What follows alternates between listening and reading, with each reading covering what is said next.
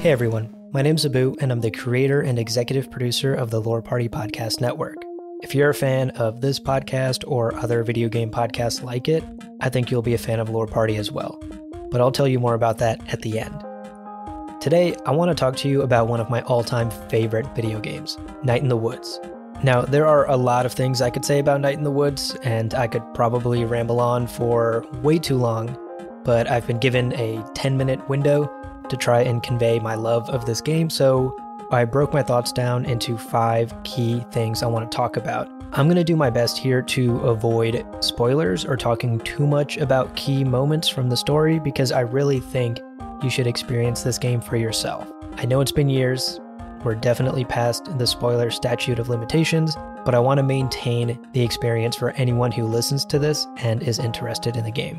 So like I was saying, I jotted down 5 things I wanted to touch on with the game. Now, I didn't script this, so I'm just going to go off the top of my head and try and cover these 5 aspects of the game that really spoke to me, that I loved about it, and hopefully, if I've done my job well at the end of these next 10 to 15 minutes, you will be convinced to go pick up this game and experience it for yourself.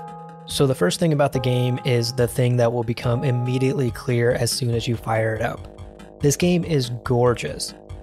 And I know that's said about a lot of indie games out there. Indie developers are known for finding creative and beautiful ways to convey their stories without the huge assets and large teams that AAA developers might have access to. So we're not talking graphical fidelity here, we're talking artistic expression. The visual aesthetic as well as the color choices in the game really fit in to the overall feel of nostalgia and loneliness and serenity that I felt throughout the game. There's a lot of fall tones, reds, oranges, yellows, there's beautiful sunsets. The game is very flat, it's 2D entirely, it's a side scroller. The characters and the world almost look like cardboard cutouts, like a kid would cut out all the shapes, the triangle, the square, the rectangle, and build a house out of it. That's what the game looks like, but it ends up being extremely gorgeous. The animations are very simplistic, but they get the point across, and ultimately, the aesthetic choice, the color choice, all fit in to the overall narrative and the feel of the game. And I think it's one of the game's strongest aspects. Number 2 on my list is the music. You can go right now and listen to the soundtrack on your favorite streaming service, and it's beautiful. It's haunting, it's nostalgic.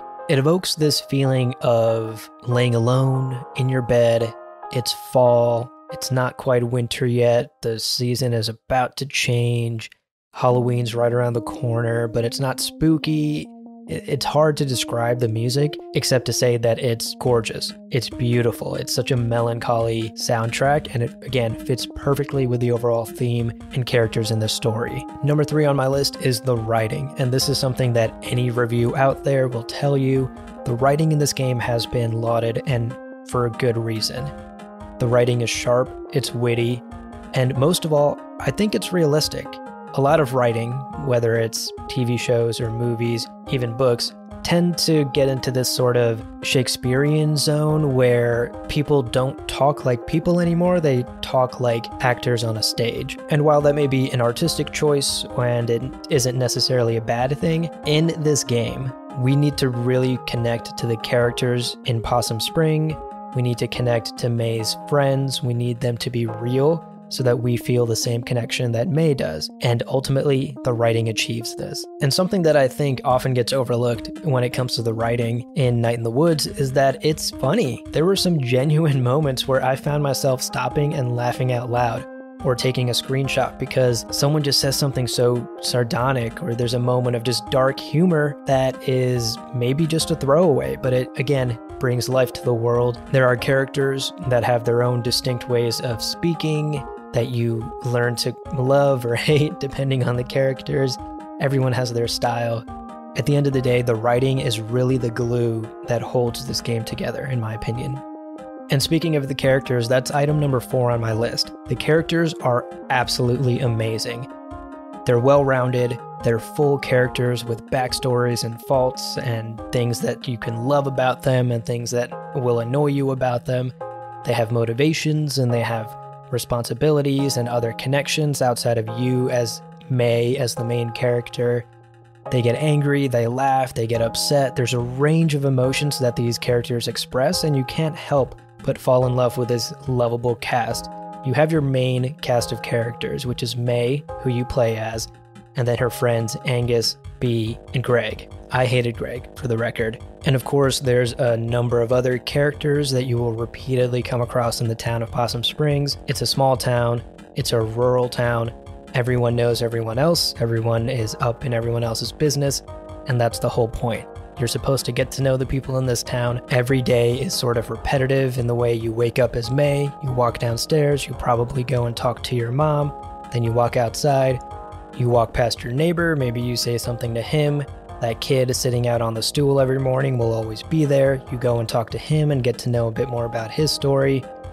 All of that really evokes this small town feel. And that leads me to my final and fifth point. The themes this game chooses to tackle and the way it tackles them with nuance and grace and respect is incredible. Not many games out there are willing to tackle topics like grief or mental health or loss or loneliness or anxiety or depression. And I think Night in the Woods tackles that in a way where it's not overbearing, but it's respectful, it's accurate, and for anyone who has felt those feelings or knows someone who's felt those feelings or cares for someone who battles with those things every day, this is a game that will speak to you on a level that many other games just fail to do. It's not just all negative things either. The themes at the heart of this story are beautiful. Friendship, nostalgia, finding your place in the world, growing up and moving on and leaving the past in the past. There are a number of themes that this game tackles through its characters, through its fairly minimalist story that just touch me in a way that many other games just don't. And everything I've mentioned so far, from the visuals to the music to the writing to the characters, all evoke this feeling of a small rural town. And that's something that I really relate to. Having grown up in small town Ohio before finally moving out to a big city after college, I've seen the two different lifestyles, and it's very different. And there's this sense of nostalgia for me playing a game where May leaves college, doesn't really leave, she drops out of college, goes back to home, starts living with her parents in the small town that she grew up in. There's a past here.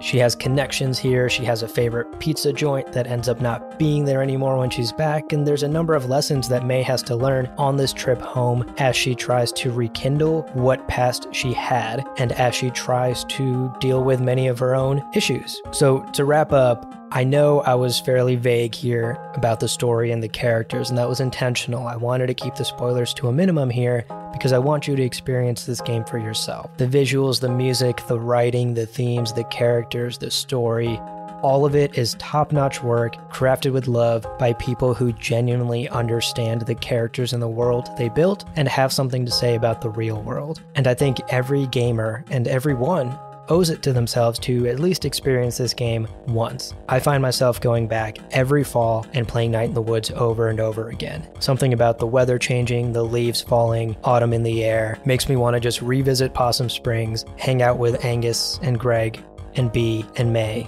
and relive that small town adventure with them. So like I was saying, I'm the creator and host of the Lore Party Podcast Network. We are a network of shows that are dedicated to celebrating video game storytelling. Our podcasts go deep on the stories and characters and universes of our favorite video games. We don't do reviews, we don't talk about gameplay, we don't talk about industry news. There are a number of other podcasts that I'm sure you already subscribe and listen to that cover that stuff.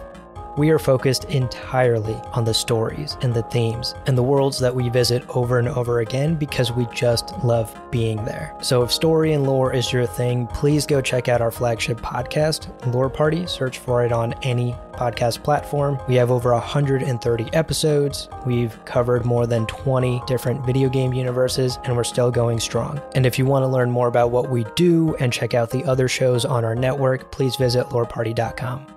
Thank you so much for listening, and happy gaming.